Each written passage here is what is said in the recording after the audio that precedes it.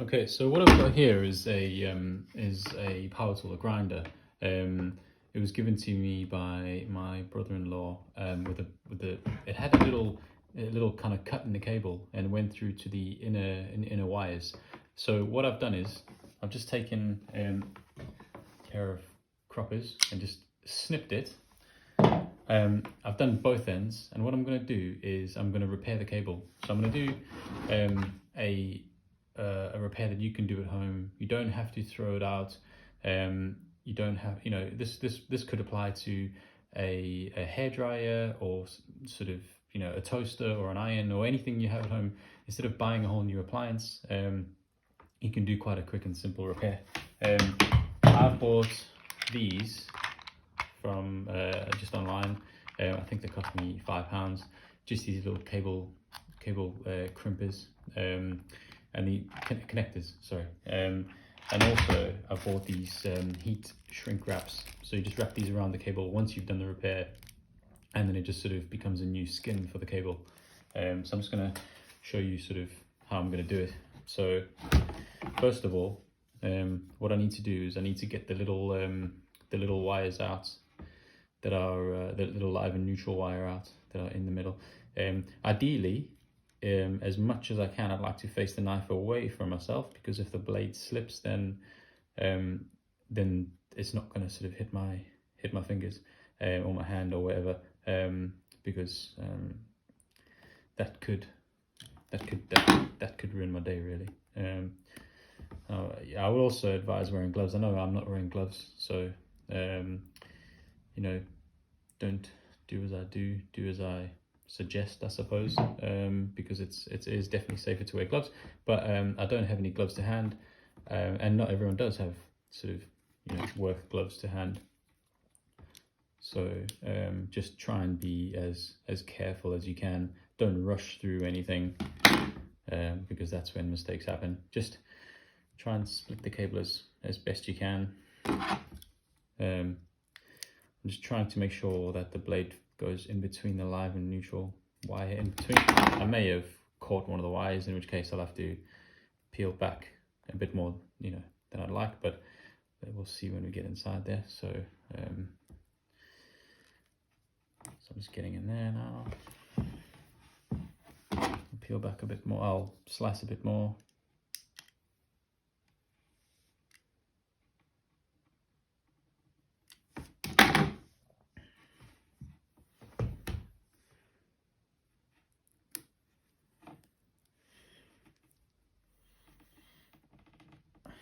Proving to be a bit tougher than I thought, but we'll get there. Okay, so I've got a bit of cable out there. So now what I'm going to do is I'm just going to just free up some of the cable, because I need to cut some of the cable away. So just free up some of that cable out of the rubber insulation. This is quite hard if your hands are slippery, which mine are. Okay, so I think that should be. I'll just do a little bit more. I need to do this on both ends.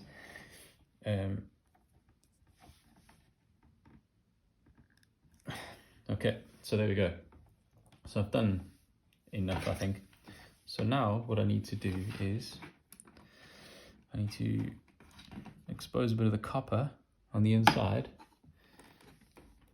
because that's what's going to be crimped on the inside of the crimp. Okay, so that's a bit of copper on the inside of the neutral wire. I'm just going to cut this extra bit of rubber off the end. Just cut that away. So I'm going to do the same with the live now. Live and neutral can be different colors. These ones are blue and brown, but they can be red and black. Neutral cables generally, earth cable, which this doesn't have, is generally green and yellow. But different countries have different wiring sort of specifications or regulations. So, you have to be very, very aware of that. So I've done the other side, so I won't put you through the pain of watching me pull the outer insulation back. I just need to expose the copper inner of the inner wires. So that's that one. Maybe I think probably could do with a little more, to be honest, a little longer.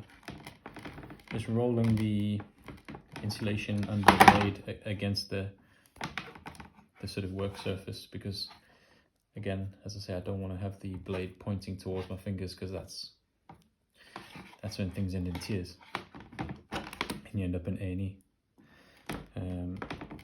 So I'll just try and roll that underneath the blade a little bit. Not too hard, because you don't want to go through the copper strands either. So that's that. Oh, and twist them just so that they're easier to work with. They're not frayed, because you need to push them into the little sort of crimp sleeve. I don't know what the actual technical term is, and I'm just going to call it a crimp sleeve. So, right. So now that I've got the cable stripped back a little bit, before I do anything else, I'm just going to feed a few of these heat shrink. Sorry about that. I'm just going to feed a few of these heat shrink layers over. I mean, it's definitely best to do this. I mean, you absolutely have to do this really before you start crimping anything together, because you're not going to get them on afterwards if you don't. So I'm going to put a few, because I want to heat shrink a few layers. I want to make sure that the cable is as insulated as possible. So I'd say I'll probably put 5 on, to be honest, because I want to put one sort of directly over the center of both of them, and then maybe put one overlapping each edge. So that's 3 on. I'll put another 2. If I only use 4, then I can just cut the 5th one off, but I'll just have a 5th one on, just as a bit of a backup. Even if I don't use it, at least it's there, because if I don't put it on and I do need it, then you'll have to start cutting cables and all sorts. Right, okay, so I've put those heat shrink sleeves on. I feel like I need to maybe just make these a bit longer, so I'm just going to get a bit more copper exposed.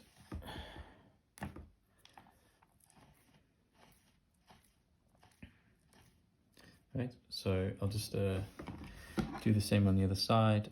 Just get a bit more copper.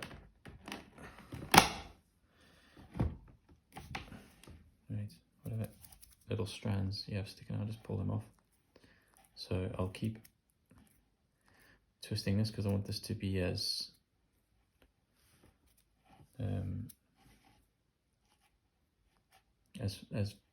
unfrayed as possible.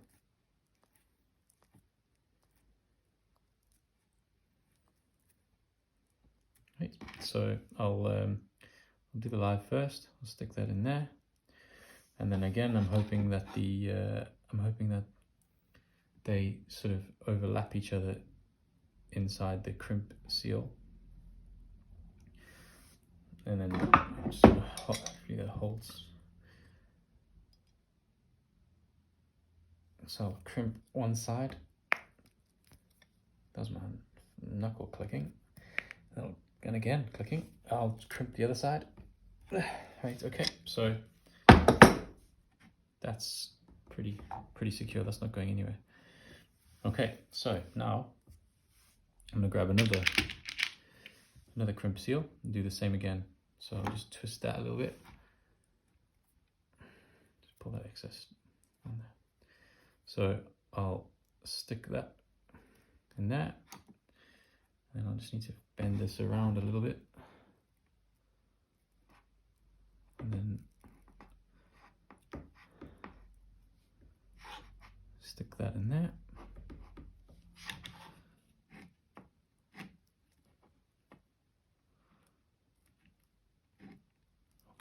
So that's that.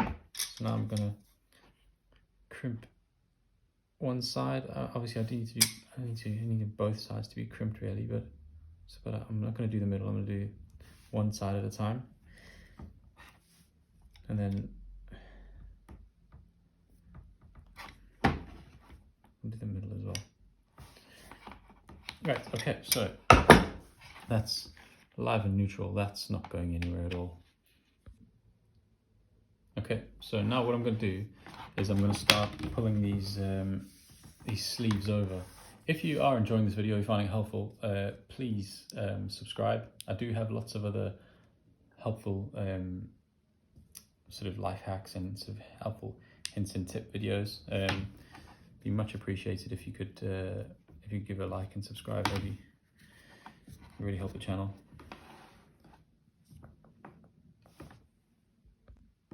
Okay, so I just sort of skipped a bit there. What I skipped was me trying to get this heat shrink wrap onto the cable, just because there was a lot of me sort of huffing and puffing trying to get it on.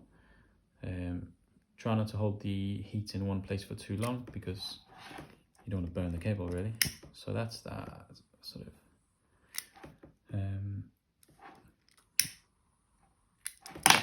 So as you can see, that in my opinion is a lovely repair. So what I'm going to do now is I'm just going to slide a few more layers over, just to give it more security really, just to have it a sort of a thicker layer of insulation over the repair job that I've done. Again, I'm not going to let you watch that, but yeah, please, if you don't mind subscribing, that would be very, very helpful.